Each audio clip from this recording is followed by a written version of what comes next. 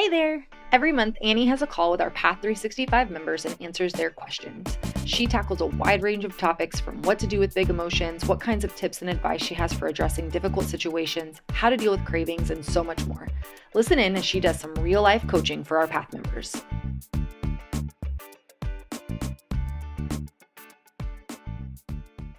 My extended family and friends do nothing else but drink. I would love coaching on having to create new relationships, explaining what I've learned, mourning the old me, and not having to explain myself over and over and over again. Now they don't even want to come over because what will we do? I remember that this was my experience so specifically. I was in a situation where I had created a drinking culture around me, and I, let's be honest, I had instigated a vast majority of that drinking culture. Like I was the one buying the drinks. I was the one instigating that people drink. I was the one inviting people over.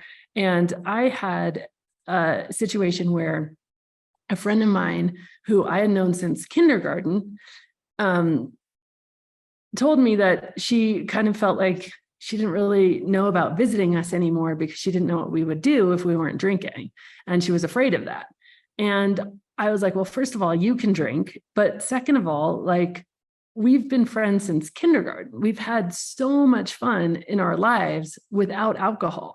And so often when somebody is afraid of that and you're navigating this sort of thing, the most important thing is just like radical and transparent honesty, but not in a defensive way. So I'm going to explain this idea. This is like a big idea. This is something we unpack and uncover a lot in Live Naked, which if you want to join us for Live Naked After the Path, you're welcome. It's all about living alcohol-free. It won't be for a lot of you for quite some time, but this is the idea of differentiation. And so differentiation is the premise, and it's from the 50s from a psychologist called Dr. Murray Bowen, that we all exist on a continuum between fusion or togetherness and cutoff. And as human beings, we are very sort of herd-like in our nature. And when we herd together, we create anxiety in the system. And the anxiety that you're experiencing in this question is anxiety from being separate from the herd, right? And so we don't know how to handle that. And so what we do is we go back and forth on this pendulum. We're totally fused. We're totally together. Everybody's doing the same thing. Nobody's different. And then all of a sudden, somebody does something different and nobody knows how to react. And when one person in this herd does something different, anxiety in the system rises. And we don't know how to handle it. So what we do is we swing all the way over in the pendulum to cut off. And that's what's happening. People are like, hey, I don't know, I'm not even going to be able to hang out. That was what my friend did. She was like cutting off. She was just like, I'm not even going to be able to hang out with you. I don't know how that's going to go. And it's just a function of feeling anxious about the unknown. And so what can tend to happen if we're not really certain and secure in our freedom is we can be like, well, I want friends, so I'm going to go back into fusion. I'm just jumping back into that pool. And I remember with my cousin, she's now fully alcohol free. And I never put any pressure on anybody in my family to read the book, but she had read my book.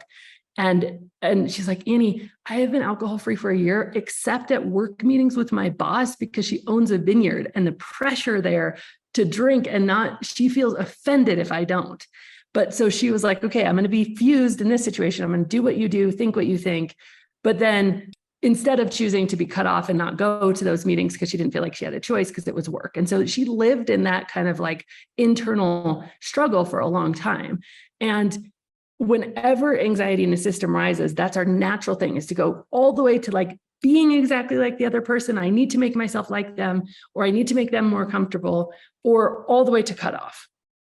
And so the skill we want to learn here, and that we will be unpacking and we will be doing on the coaching calls, and we'll like be able to bring specific instances to the coaching calls, is the skill of differentiation. And differentiation is existing in the middle of cutoff on fusion. It's learning the skill to be able to be fully yourself and fully connected. And so what that looks like really specifically is when I started showing up like, I'm not drinking, but I've got a 6-pack. So I wasn't announcing I wasn't drinking. I was showing up to the family gathering with the 6-pack, handing it over, and then busting out my own kombucha. So I was fully connected, because when people feel disconnected from you, their fears manifest in a few ways. Their anxiety manifests in a few ways. She is going to judge me. She is going to think she's better than me. She is going to be triggered. I'm going to hurt her in some way by my drinking. So I need to change my behavior. And I don't want to deal with or navigate any of that. So I'm just not going to invite her anymore. And none of this is really conscious. It's just when any person changes in a relationship, the relationship is thrown off. And this can be a group of people in a relationship. This can be a one-on-one relationship. The dynamic is the same. And it doesn't matter if it's a really good change. If you start eating healthier and your partner doesn't, they're going to have all the same fears. Oh, great. They're going to think they're better than me. I'm going to have to change my behavior. You're a mirror. You're holding up a mirror to my own behavior. It becomes something where we have all of these triggers that happen. So I believe that our job in the way to peace is to being differentiated. And that is taking total responsibility for the whole dynamic of the situation, which sounds like a lot, but it's so radically empowering to say, I'm going to do everything I can to make sure you feel fine. And so for me, that would look like, I remember before I was meeting a whole group of entrepreneurs, and the leader of the group messaged me and she goes, Annie, people have looked up what you do. And this is a pretty heavy drinking group. And a few of them feel really uncomfortable that they're going to be drinking in front of you. So I just was like, okay, go in the Facebook group and was like, look, you guys, I don't drink, but I'll be the first to buy you a beer. Like, no big deal. Like, I have no judgment for anybody who drinks. I was there with you for years. I just feel better now. I totally relieved all of their fears, right?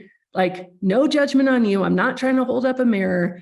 No need to treat me special. No need to tiptoe around me. No need to be on eggshells. And I'm fine. I'm not going to be triggered by you. You don't have to accommodate me. And then I showed up, and guess what happened? It was funny because the leader of this group and I would have this ongoing joke of, it was 100 people. And they're dropping like flies. The amount of people that got sober in that group on accident because I was in it, and they'd be like, okay, well, I'm going to pick up the book, was like staggering, because I was just there and present. So your job is to just be there and present, to be differentiated, to be fully connected. And the world will tell you, no, cut off, right? That's like the recovery paradigm, like, no, cut off. You can't go around places where you're going to be triggered.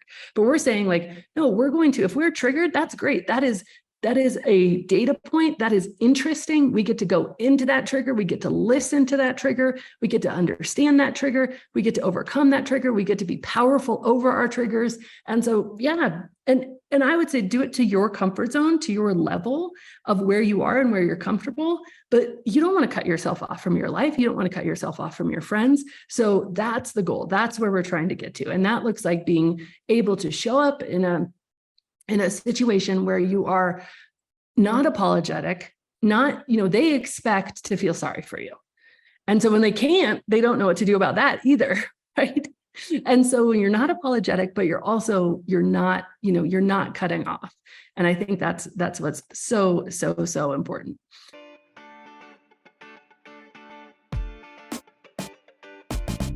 Thank you so much for listening to this episode. If you're ready to see how This Naked Mind can help you on your personal health and wellness journey and want to learn more, go to thisnakedmindpodcast.com to learn what your next best step is. Again, that's thisnakedmindpodcast.com. We have all of our free resources, programs, social links, and more available for you there. Plus, if you have your own naked life story to share, you can submit it there as well. Until next week, stay curious.